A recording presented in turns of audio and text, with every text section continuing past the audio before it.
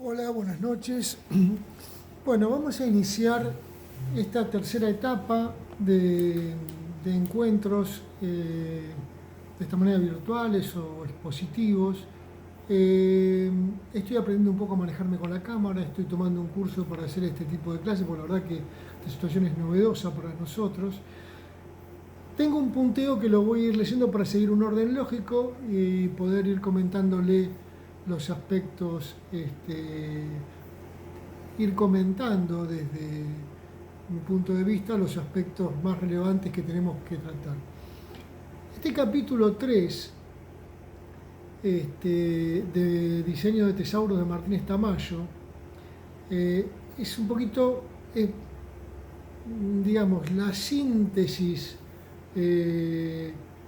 conceptual o esencial de la constitución, del origen, de la materia con la cual se construyen los sistemas de organización del conocimiento que nosotros hemos intentado definir. La propuesta de las autoras es, a la cual adhiero, es una situación conceptual del origen y las posibilidades del origen del sustrato desde el cual se pueden pensar los sistemas de organización de conocimiento, o de los enfoques del cual pueden pensarse los sistemas de organización de conocimiento. En ese sentido hay tres enfoques. Ellas, con buen criterio, es una adaptación, no es una adaptación, es una apropiación rápida y bastante absoluta, dividen estos enfoques en tres: el enfoque lingüístico, el enfoque terminológico y el enfoque bibliotecológico. En este primer apartado, en esta primera entrada, ingreso o parte de estas clases, vamos a abordar el enfoque lingüístico. Como bien dicen las autoras, arrancan diciendo que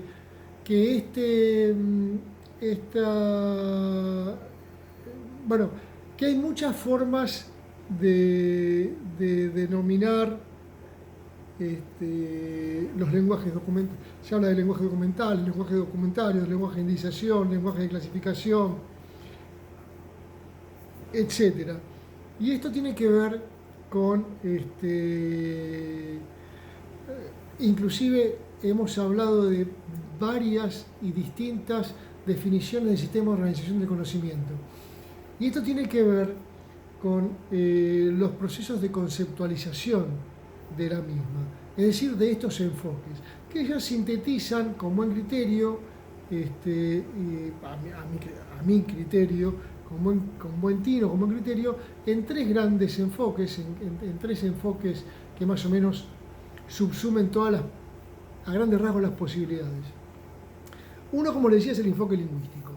En ese sentido, ellas dicen, bueno, a fines del siglo pasado, un siglo durante largas décadas fuertemente influido por la corriente estructuralista, en cuya raíz, en cuyo origen, el estructuralismo determinó y fue determinado por la lingüística en su máximo referente, que fue Ferdinand de Saussure. La lingüística estructuralística, el curso de lingüística general.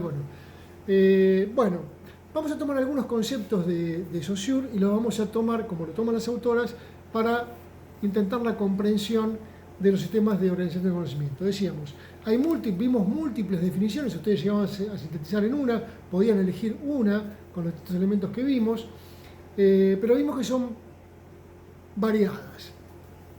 ¿De qué se trata esto de tomar la lingüística para llevarla digamos, pasar de la lingüística propiamente dicha a una lingüística documental? Y bueno, se trata de tomar la lógica, la naturaleza y la lógica de los signos en su contexto lógico y mecanicista de los fenómenos comunicacionales y descomponerlos, reelaborarlos, repensarlos y darle una dinámica que satisfaga los fines de intermediación comunicacional en términos del documentalista. De eso se va a tratar un poco la lingüística documental. Pero hay hilos de continuidad, o hay concomitancia, o hay continuidad entre la lingüística estructuralista y la lingüística que vamos a ver en términos documentales. Decíamos, les voy a leer la definición de García Gutiérrez de este enfoque para los lenguajes documentales. Esta denominación de lingüística documental surge en el momento en que los elementos que intervienen en el proceso comunicativo documental exceden su tradicional naturaleza lógica y mecanicista y son descriptos, se transforman y organizan, al menos es la propuesta de lingüística dentro de la lingüística documental, como elementos de comportamiento fundamentalmente lingüístico, manteniendo y potenciando sus objetivos habituales. Es decir, es como redimensionar la lógica, que ahora vamos a ver más o menos a grandes rasgos de qué se trata, de la lingüística estructuralista a la lingüística documental. Y decimos que hay una vinculación en los orígenes de la lingüística documental con esta lingüística estructuralista. Bueno, en el mismo sentido, la profesora cubana Dolores Vizcaya Alonso, adhiere a esto, dice, todo lo que sobre lenguajes documentarios se estudie, dice ella, se tendrá que hacer de una forma u otra dentro del campo de la lingüística. Cuando dice el campo de la lingüística, dice la lingüística estructural. La lingüística como disciplina que surgió con el estructuralismo, con Ferdinand de Saussure. Y cuando de esta disciplina se trata, no se puede comenzar a escribir nada sin dedicarle las primeras líneas a quien tan merecidamente fuera llamado el padre de la lingüística moderna, Ferdinand de Saussure. Bueno, ahora bien, el objeto de estudio de la lingüística es la lengua natural.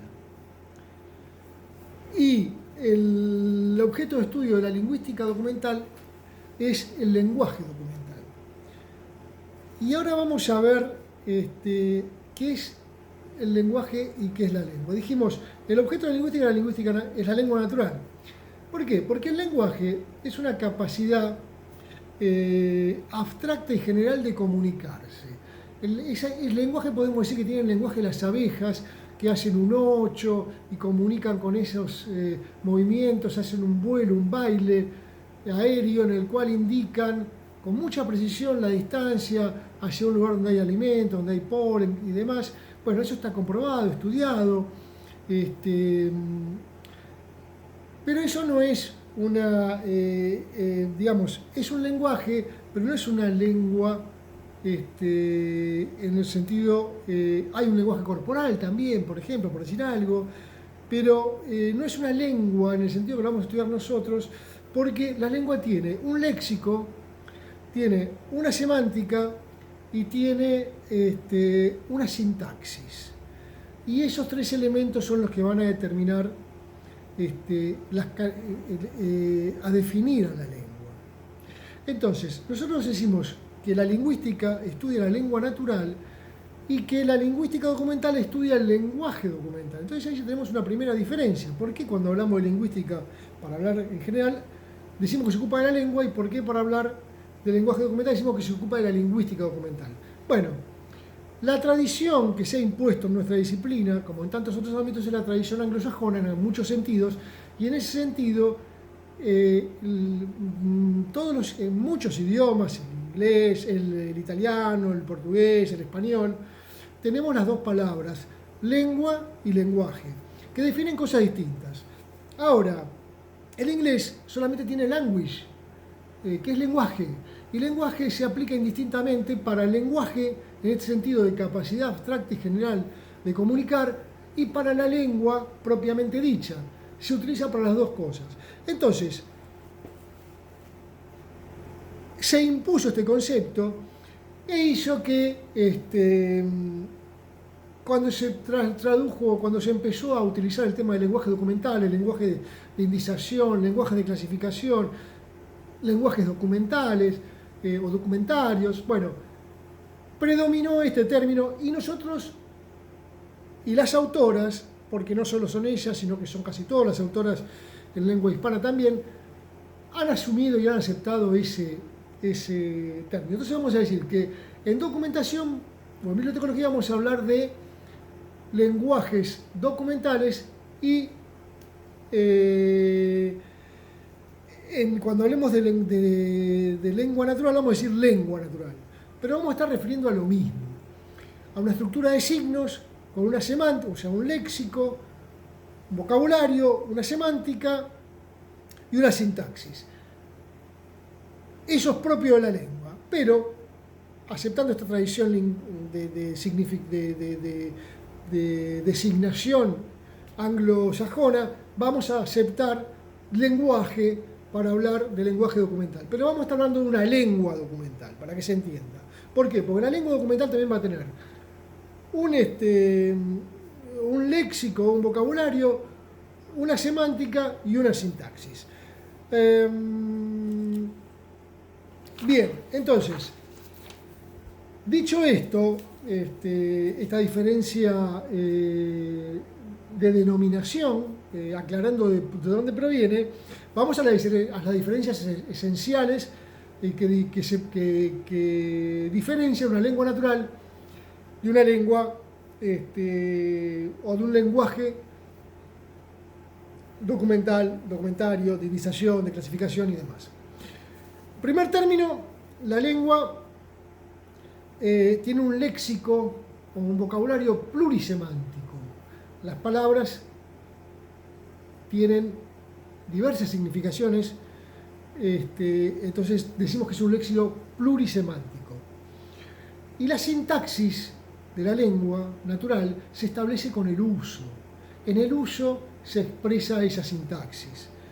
En el caso de las lenguas artificiales, vamos a decir, en esta instancia vamos a decir lenguas artificiales, lo que posteriormente vamos a denominar como lenguajes documentarios, de indiciación y demás. Pero en principio son lenguas artificiales. Las lenguas artificiales buscamos univocidad, buscamos que sean unívocas, que ese léxico sea unívoco, y la sintaxis la establecemos antes del uso, o sea, es previa al uso. Entonces, los sistemas de organización de conocimiento, todos, son lenguas artificiales. Todas son lenguas artificiales. Y su principal función es organizar el conocimiento socializado y registrado.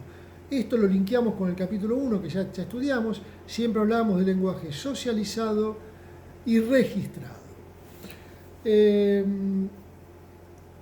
Entonces, estos lenguajes o estas lenguas artificiales también tienen un léxico, que ya vamos a ver cómo se construye en los distintos casos, una semántica y una sintaxis que, a diferencia de la lengua natural que se establece en el uso, esta se establece previamente.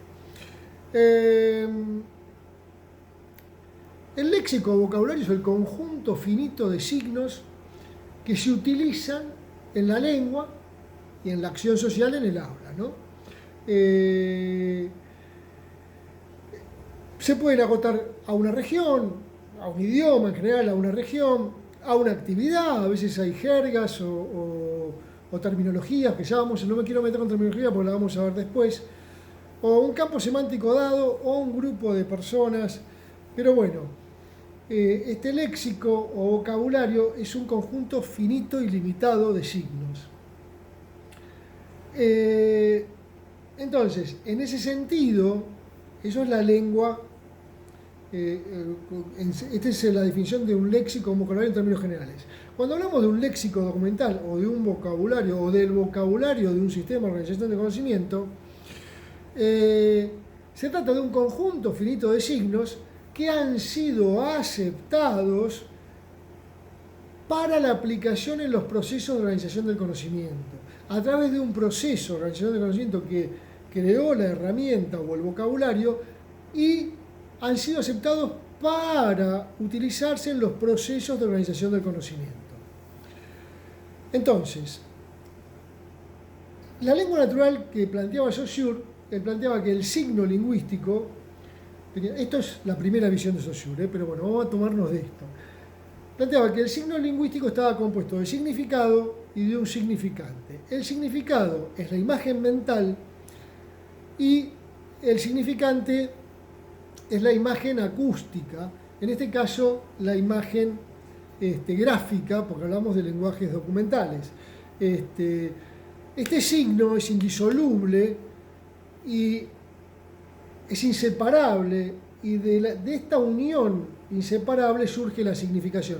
No me quiero ir por esa rama, pero digamos que hay un signo que está compuesto por un significado y un significante, que es la materialidad de imagen acústica o de imagen gráfica que sostiene de alguna manera, que permite vehiculizar un significado. No es tan así, pero tomémoslo así.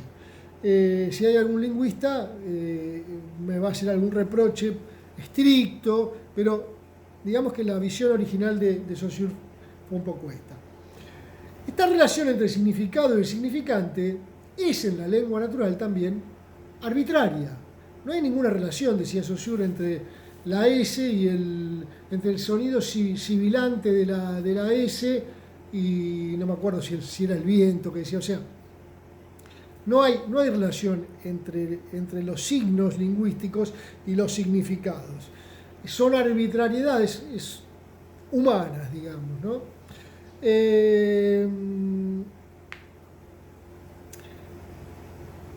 Los signos de un sistema de organización de conocimiento pueden tomarse de la lengua natural, por ejemplo, con un listado de encabezamiento de materias, en un tesauro, los signos que consolidamos en ese sistema de organización de conocimiento provienen de la lengua natural.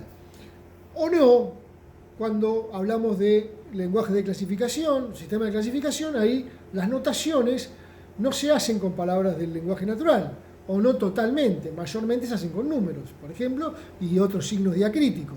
Entonces, digamos que en ese caso no se toman palabras del lenguaje natural. Ahora, ¿cuál es el proceso para transformar esta lengua artificial? Que lo que después va a ser un vocabulario controlado, que vamos a ver una pequeña diferencia, que hay una pequeña diferencia entre alguna tradición y estas autoras que ya vamos a ver inmediatamente. Se logra un control, un lenguaje artificial a través del control de vocabulario. ¿Y qué es el control de vocabulario? Elegir un significante y desestimar todos los demás, y elegir un significado y desestimar todos los demás.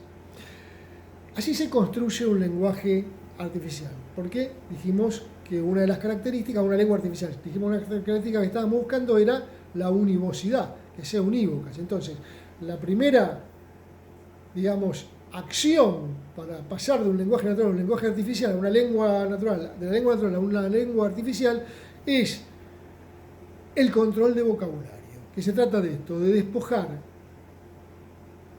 dejar un significante y despojarse de todos los demás, y para un concepto, y despojarse de todos los significados y quedarse con uno solo. Entonces, ese es el control de vocabulario.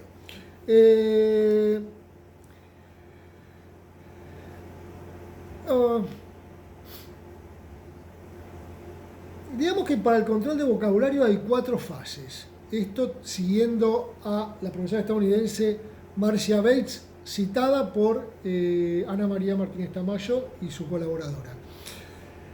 El control del significante, o sea, elegir un solo significante.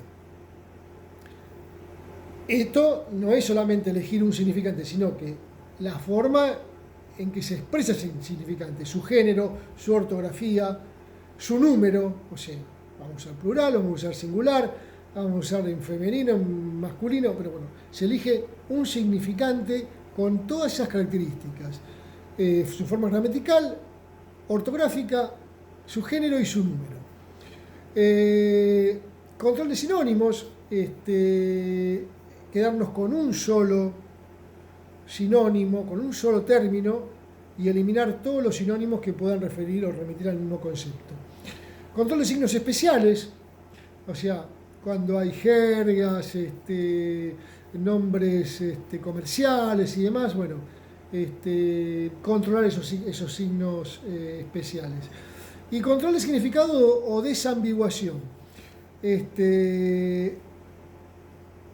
Y ahí, bueno, en los tesauros vimos que se usan los calificadores, las notas de definición, y bueno, y con eso vamos acotando la elección de un solo significado, ¿no? Con todas estas notas aclaratorias de un tesauro vamos como con una suerte de desfiladero orientando la elección de un solo significado. ¿Qué surge de la acción de control de vocabulario? Un vocabulario controlado. Y acá viene esta diferencia conceptual que manifiestan las autoras respecto de la tradición teórica.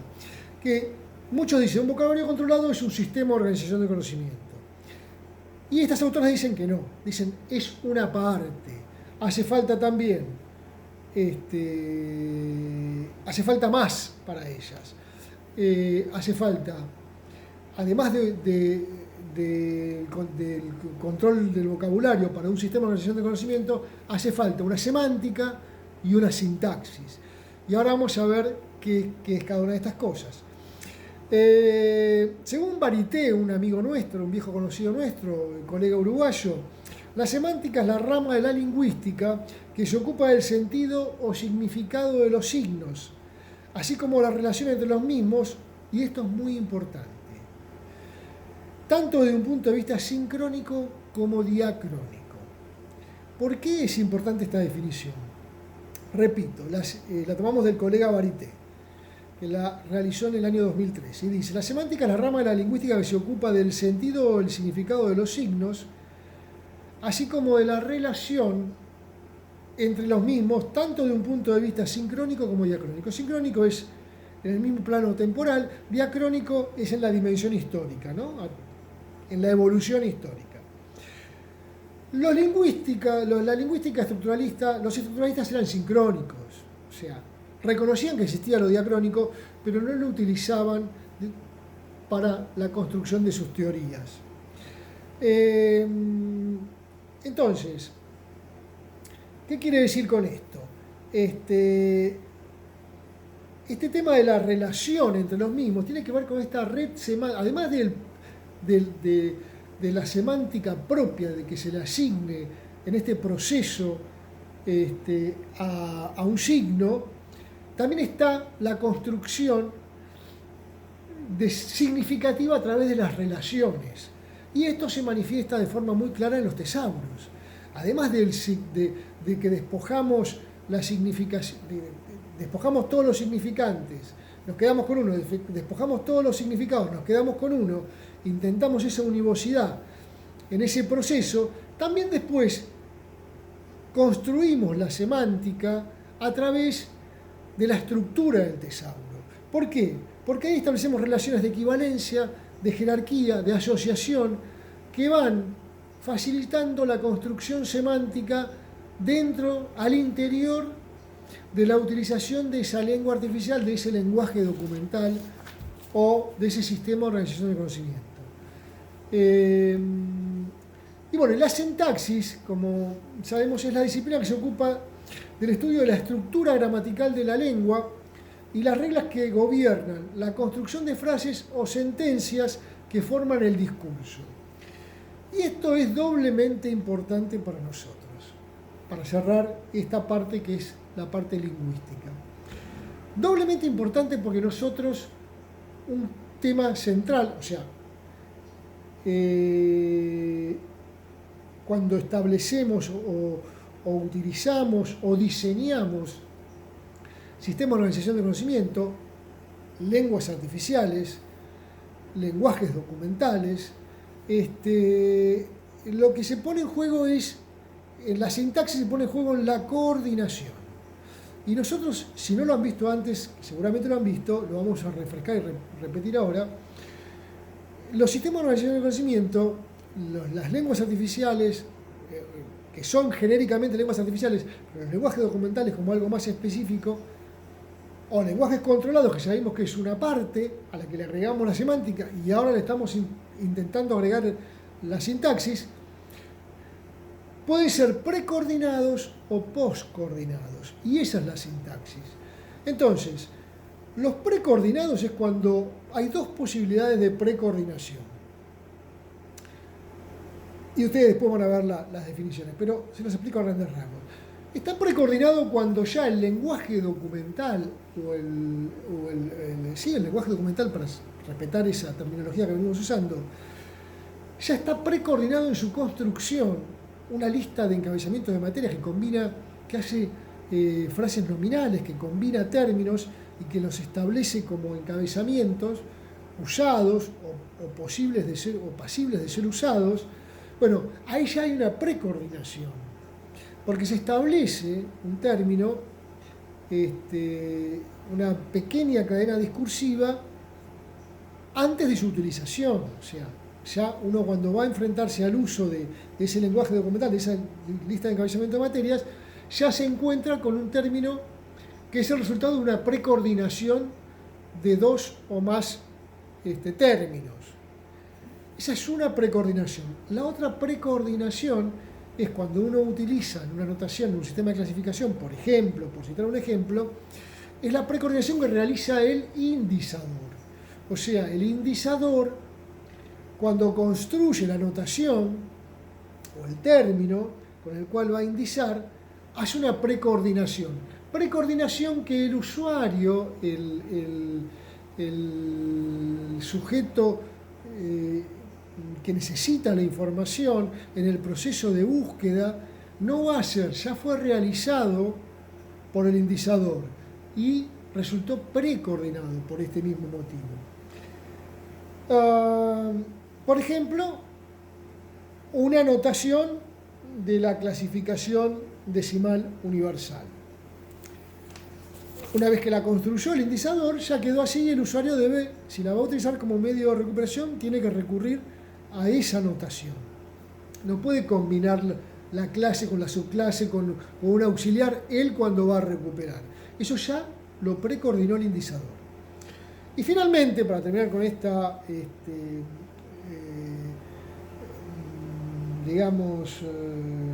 continuidad de la lingüística hacia la lingüística documental o hacia el análisis documental, los lenguajes en esta sintaxis, la poscoordinación. La poscoordinación se ve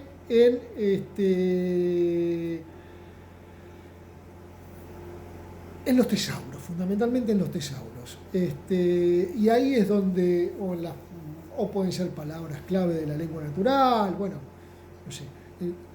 Pero son términos o descriptores, en el caso de un tesauro, que se ponen y los coordinan en el proceso de búsqueda y recuperación aquel interesado en hacerlo. Puede ser el especialista o puede ser un usuario externo o ajeno, o sea. Entonces, en la poscoordinación, la coordinación no la hace el indizador ni la hace el propio lenguaje. El lenguaje documental estableció los términos, hizo otro proceso.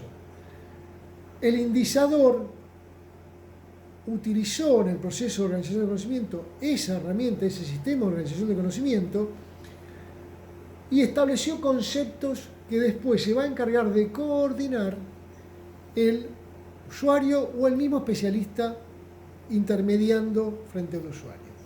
Hasta aquí, entonces, la visión lingüística para abordar los lenguajes documentales. En los dos próximos entradas, o en la próxima entrada, porque lo vamos a hacer más condensado, vamos a ver el el enfoque terminológico y el bibliotecológico, que tiene que ver con la nueva dinámica de la estructura conceptual de FRBR y sus complementarias. Entonces, repasamos rápidamente lo que nos quede de video, que creo que son 2 minutos. Dijimos, este intento de tomar, de buscar una continuidad entre la lingüística estructural y los lenguajes documentales es partir de que la lenguaje es una facultad de comunicar abstracta y general que tenemos nosotros, algunos animales. Bueno, hay hay lenguajes corporales, hay lenguaje de las abejas, lo importante para la lingüística, el objeto de estudio es la lengua. Por una cuestión de origen justamente lingüístico, la tradición anglosajona que se ha impuesto, el inglés solamente tiene la palabra lenguaje y por eso nosotros decimos lenguajes documentales cuando quizás deberíamos decir lengua documental. Pero entonces, lo que sí hay es lengua natural y lengua artificial. Dentro de la lengua artificial van a estar, entre comillas, los lenguajes documentales para respetar esta terminología mayormente usada. Tomando de la lingüística, lo natural, el lenguaje natural es un léxico o vocabulario, que es el conjunto finito de signos, una semántica, porque esos signos tienen significación, y una sintaxis, que se da en el uso. En la lengua artificial, en el lenguaje documental, en la lengua natural, la semántica es plurisemántica. Nosotros en el lenguaje natural, en las lenguas artificiales, buscamos univocidad. ¿Cómo se logra eso? Bueno, para Saussure, el signo lingüístico se descomponía en significado y significante. Significado, imagen mental; significante, imagen acústica. Nosotros lo que buscamos aquí es, para lograr una lengua artificial, buscamos hacer control del vocabulario. ¿Qué nos va a dar eso? Un vocabulario controlado. ¿Un vocabulario controlado es un sistema de organización de conocimiento? No, es una parte, porque a ese vocabulario controlado hay que agregarle una semántica y una sintaxis. La sintaxis puede ser precoordinada o postcoordinada, y la semántica se busca eliminando, atribuyéndole a un significante solo un significante entre todos los significantes, y solo un significado entre todos los significados, eliminando las sinonimias. Hasta aquí el enfoque terminológico. Muchas gracias.